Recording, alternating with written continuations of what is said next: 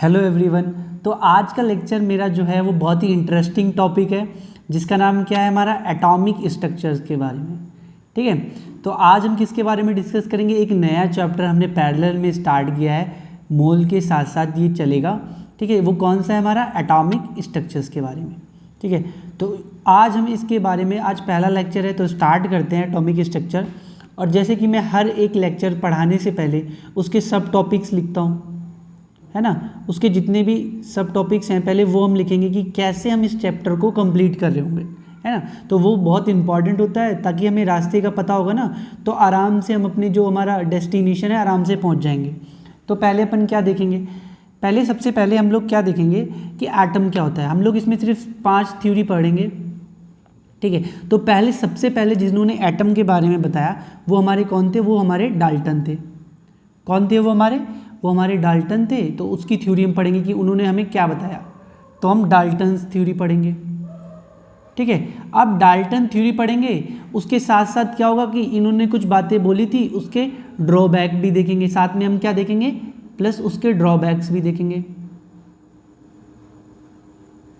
ठीक है, जब एटम देखेंगे तो उसमें हम साथ साथ 2 चीज़ें देखेंगे। क्या देखेंगे, कुछ होंगे जो स्टेबल पार्टिकल्स इसके अंदर एग्जिस्ट कर रहे होंगे और कुछ हमारे अनस्टेबल एग्जिस्ट कर रहे होंगे। ठीक है, अपने को जो काम होगा, हमारा काम किससे होगा, अपना काम सिर्फ इनसे होगा।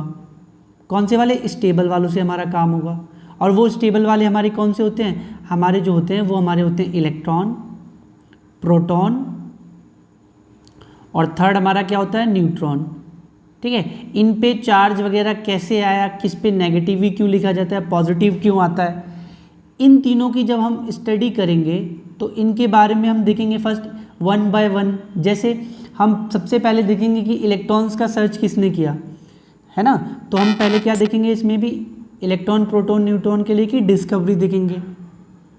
डिस्कवरी किसने की वो देखेंगे, डिस्कवरी ऑफ इलेक्ट्रॉन। ठीक है, डिस्कवरी ऑफ इलेक्ट्रॉन देखेंगे, प्लस इनकी प्रॉपर्टीज़ देखेंगे, इनकी क्या क्या प्रॉपर्टीज़ होती हैं उनके बारे में चर्चाएं करेंगे। ठीक है, प्लस E/m का रेशो देखेंगे, E/m का रेशो देखेंगे, ये E/m का रेशो कैसे निकला, क्या ज़रूरी था, और इस पर क्या चार्ज आया, कैसे चार्ज आया वो भी देखेंगे कि चार्ज ऑन इलेक्ट्रॉन। और वो ये एक मेथड होता है जिसका नाम हम क्या पढ़ेंगे, इस मेथड को बोलते हैं मिलिकन्स मेथड। क्या, मिलिकन्स मेथड या मिलिकन एक्सपेरिमेंट या मेथड, जो भी हम लोग बोलते हैं। ठीक है, तो इतनी बातें हम किसके लिए पढ़ेंगे, एक इलेक्ट्रॉन के लिए पढ़ेंगे। ठीक है, सेम चीज़ हम लोग किसके लिए पढ़ेंगे, प्रोटॉन के लिए। प्रोटॉन के लिए क्या पढ़ेंगे, उसकी डिस्कवरी पढ़ेंगे, डिस्कवरी ऑफ प्रोटॉन देखेंगे कि प्रोटॉन की डिस्कवरी कैसे हुई, प्लस उसकी प्रॉपर्टीज़ के बारे में डिस्कस करेंगे। ठीक है, और थर्ड नंबर पे अपन क्या देखेंगे, डिस्कवरी ऑफ न्यूट्रॉन की कैसे ये डिस्कवरी हुई, हमें कैसे पता चला कि इनके ऊपर चार्ज कितना कितना है। ठीक है, डिस्कवरी ऑफ न्यूट्रॉन। ये सारी हम बातें करेंगे स्टेप बाय स्टेप। ठीक है, उसके बाद अपन क्या देखेंगे, उसके बाद हम थोड़ी सी चीज़ें जानेंगे किसके बारे में, एक रेडियो एक्टिविटी के बारे में, कि रेडियो एक्टिविटी क्या होते हैं, कौन कौन से एलिमेंट्स हैं जो शो करते हैं रेडियो एक्टिविटी। ठीक है, इसके बारे में देखेंगे। उसके बाद हम देखेंगे कुछ पार्टिकल्स होते हैं, तो एलिमेंट होते हैं, तो उनके हम सिंबल्स देखेंगे इसके बाद, है ना। इसका जो एटॉमिक मास होता है उसको हम लोग किससे रिप्रेजेंट करेंगे, ए से करेंगे, और जो एटॉमिक नंबर होगा उसको हम जेड से करेंगे, है ना। फिर हम इनमें कितने इलेक्ट्रॉन्स होंगे, प्रोटॉन्स होंगे, न्यूट्रॉन होंगे, उनको काउंट करेंगे। ठीक है, और हम फिर क्या करेंगे, फिर हम कंपैरिजन करेंगे। किसका कंपैरिजन करेंगे, कंपैरिजन ऑफ एलिमेंट्स, कि अगर हमारे पास 2 एलिमेंट्स हैं तो उन एलिमेंट में अगर नंबर ऑफ इलेक्ट्रॉन सेम हो, प्रोटॉन सेम हो, न्यूट्रॉन सेम हो, तो उनके क्या क्या नाम होंगे, है ना। अगर उनमें प्रोटॉन और न्यूट्रॉन का डिफरेंस सेम हो तब हम उनको क्या बोलेंगे, है ना। तो ये सारी चीज़ें हम देखेंगे। तो उसमें अपने कौन से आएंगे, एक होंगे हमारे आइसोटोप्स होंगे। ठीक है, आइसोटोप्स होंगे अपने, एक हमारे क्या होंगे, आइसोबार्स होंगे। आइसोबार्स होंगे। थर्ड नंबर पे हमारे आइसो डाइफर्स होंगे। फिर अपन देखेंगे आइसो डाइफर्स के बाद आइसो इलेक्ट्रॉनिक के बारे में कि क्या होती हैं आइसो इलेक्ट्रॉनिक स्पीशीज़। फिर हम लोग आइसोटोन्स देखेंगे, ठीक है। उसमें फिर हम लोग आइसोस्टर्स देखेंगे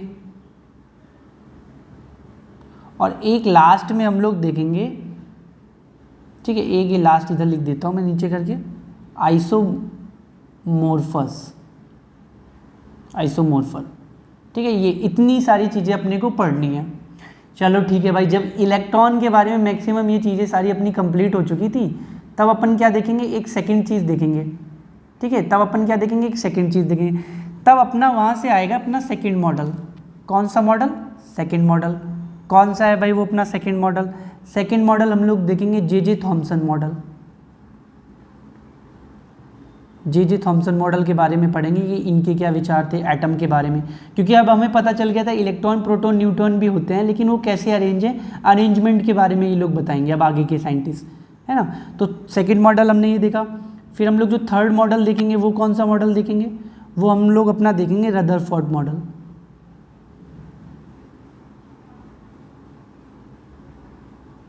ठीक है, रदरफोर्ड मॉडल देखेंगे, प्लस इसी के साथ साथ इसके ड्रॉबैक भी देखेंगे। और इसमें भी हम लोग क्या ड्रॉबैक देखेंगे, क्यों इसका मॉडल इतना अच्छा नहीं माना गया, रीज़न क्या था, ठीक है। तो वो सारी चीज़ें हम लोग एक एक करके देखते हुए चलेंगे, ठीक है। अब हमारा जो फोर्थ मॉडल आएगा वो बहुत इंपॉर्टेंट है, आईआईटी वाला हमेशा इससे क्वेश्चन सबसे ज़्यादा पूछता है, ठीक है। और वो हमारा कौन सा मॉडल होगा, हमारा बोहर मॉडल होगा। तो बोर्स मॉडल में से अपन लोग बहुत सारी चीज़ें पढ़ेंगे, है ना। तो इसमें अपन क्या देखेंगे, बोर मॉडल भी देखेंगे, और मैं इसके साथ साथ एक आपको और मॉडल कराऊंगा जो इसी का बिल्कुल सिमिलरी काइंड ऑफ होगा, जैसे कि हमारा बोर सोमरफील्ड, है ना। बोर सोमरफील्ड मॉडल होगा जो इन दोनों में थोड़ा सा डिफरेंस होता है, तो उसके डिफरेंस को भी हम लोग जानेंगे कि भाई एक्चुअली में इन दोनों में डिफरेंस क्या है सोमरफील्ड मॉडल में, ठीक है। प्लस इसके हम क्या जानेंगे, ड्रॉबैक तो हम हमेशा की तरह ही जानते हैं, इसके ड्रॉबैक भी देखेंगे कि भाई इसमें क्या कमियां रह गई, ठीक है। उसी के साथ साथ मैं इनमें क्या चीज़ें और ऐड करूँगा, इसमें हम कुछ चीज़ें और देखेंगे। इसकी हम सबसे पहले वेलोसिटी फाइंड करेंगे। वेलोसिटी अगर हमें पता चल जाएगी तो हम रेडियस निकालेंगे, और रेडियस मिल जाएगी तो हम काइनेटिक एनर्जी निकालेंगे, और काइनेटिक एनर्जी फाइंड करने के बाद हम इसकी टोटल एनर्जी निकालेंगे, ठीक है। तो ये सारी चीज़ें एक दूसरे से जुड़ी हुई होंगी। हम पता लगाएंगे कि कैसे बोर्ड ने आइडिया लगा के एक उसकी सबसे पहले वेलोसिटी बताई, और कैसे वेलोसिटी से हमने उसकी रेडियस निकाली, फिर हमने उसकी एनर्जी निकाली, और फिर हमने टोटल एनर्जी निकाली। ये सारी बातें हम इस मॉडल में पढ़ेंगे, ठीक है। इसके बाद अपना एक लास्ट मॉडल आ जाता है, इसके बाद अपना एक लास्ट मॉडल बचता है जिसका नाम है हमारा श्रोडिंगर वेव इक्वेशन वाला मॉडल, या फिर हमारा क्वांटम मैकेनिज्म मॉडल, ठीक है। तो फिफ्थ मॉडल हमारा कौन सा होगा, फिफ्थ जो हमारा मॉडल होगा वो हमारा क्वांटम मैकेनिज्म वाला मॉडल होगा, ठीक है। जो किसने दिया था, श्रोडिंगर ने दिया था, है ना। तो पहले हम इसके बारे में जानेंगे कुछ इंपॉर्टेंट छोटी छोटी बातें, है ना। इसका इंट्रोडक्शन पार्ट देखेंगे कि कैसे ये आया, है ना, और श्रोडिंगर वेव इक्वेशन कहाँ से आई, वो थोड़ी थोड़ी बातें देखेंगे। देन इसमें हम लोग क्या क्या पढ़ेंगे, सबसे पहली चीज़ पढ़ेंगे हम क्वांटम नंबर्स की। किसका पढ़ेंगे, क्वांटम नंबर्स के बारे में। अब ये क्वांटम नंबर्स क्या होते हैं, ठीक है, ये सारी बातें हम जानेंगे कि व्हाट इज़ क्वांटम नंबर। इसे भी हमने 4 पार्ट में डिवाइड कर रखा है, तो इनको हम 1 बाय 1 पढ़ेंगे। जैसे पहला हमारा क्या होगा, प्रिंसिपल क्वांटम नंबर, फिर एजीमुथल क्वांटम नंबर, फिर मैग्नेटिक क्वांटम नंबर, और फिर ये हमारा स्पिन होता है, ठीक है। तो इन चारों क्वांटम नंबर्स के बारे में जानेंगे। फिर हम एक रूल पढ़ेंगे जिसका n+l रूल बोलेंगे, ठीक है, जो हमें हेल्प करेगा कि किस में ज़्यादा एनर्जी है, किस में कम एनर्जी है। इसी रूल को हम लोग जो बोलते हैं, है ना, बोरबरी रूल भी बोलते हैं, ठीक है। तो n+l रूल भी हम लोग पढ़ेंगे, ठीक है। अब इसके बाद क्या हम देखेंगे, इसके बाद हम देखेंगे इसी मॉडल में कि इलेक्ट्रॉन्स की फीलिंग कैसे की जाती है। तो रूल्स ऑफ इलेक्ट्रॉन फीलिंग्स देखेंगे। क्या देखेंगे, इलेक्ट्रॉन्स फीलिंग, है ना। ऑर्बिटल में कैसे हम इलेक्ट्रॉन्स को फिल करेंगे, उसके लिए हम कुछ रूल्स पढ़ेंगे। फिर अब वो रूल्स कौन कौन से होंगे? पहला रूल हम लोग पढ़ेंगे इसमें अफबाउ रूल,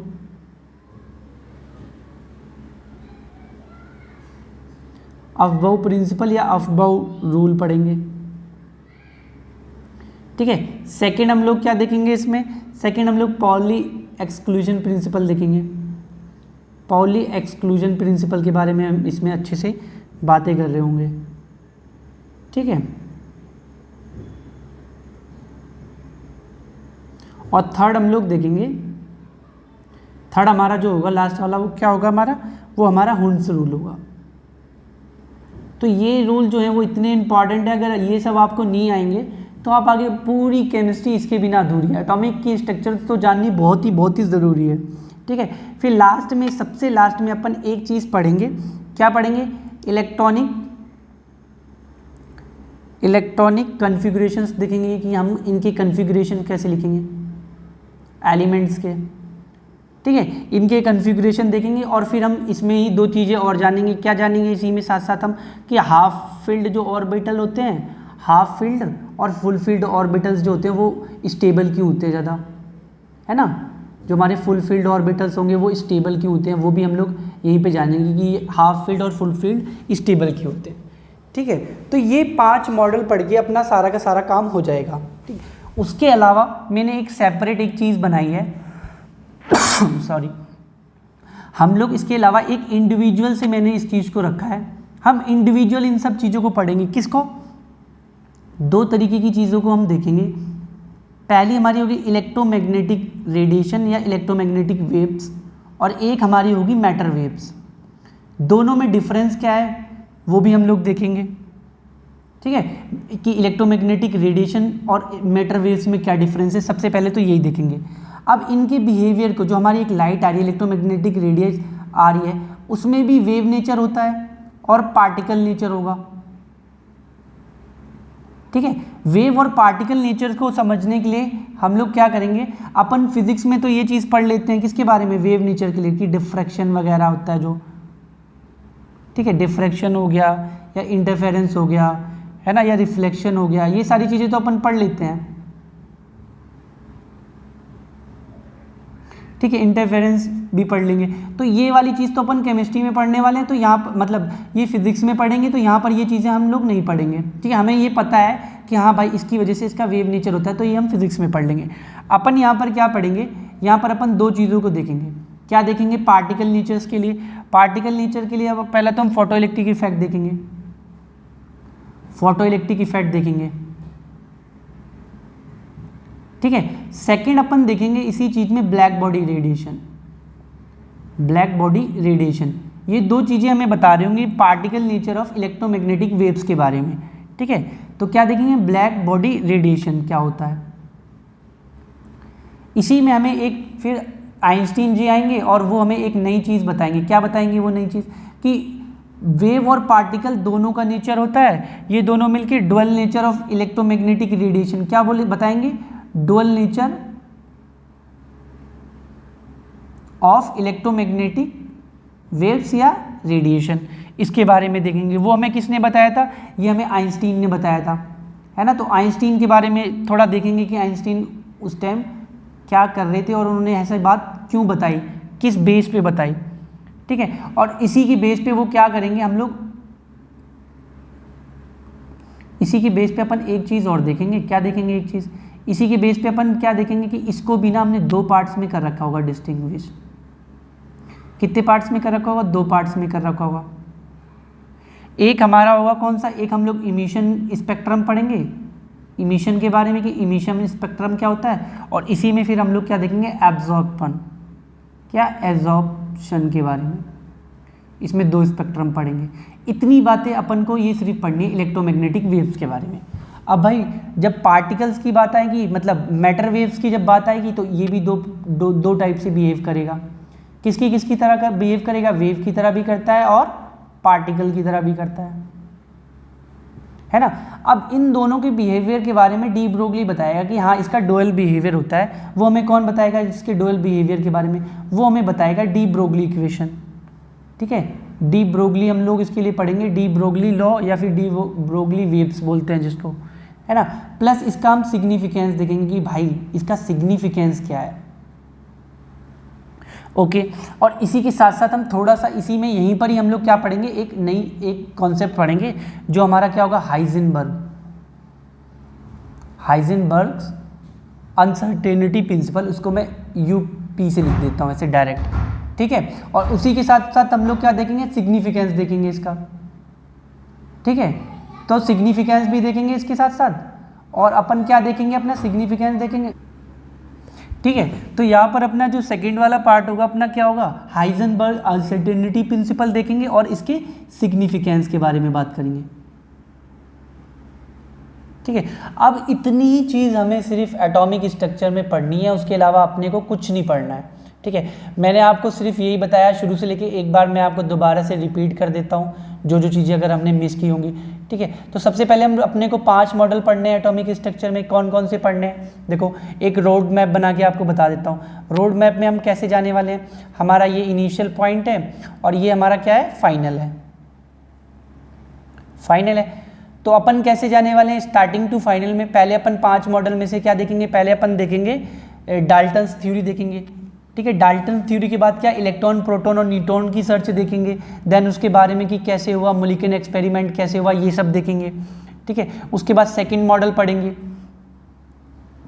जे थॉमसन का जो मॉडल था। उसके बाद देखेंगे अपना रदरफोर्ड मॉडल देखेंगे, है ना, उसके ड्रॉबैक्स देखेंगे।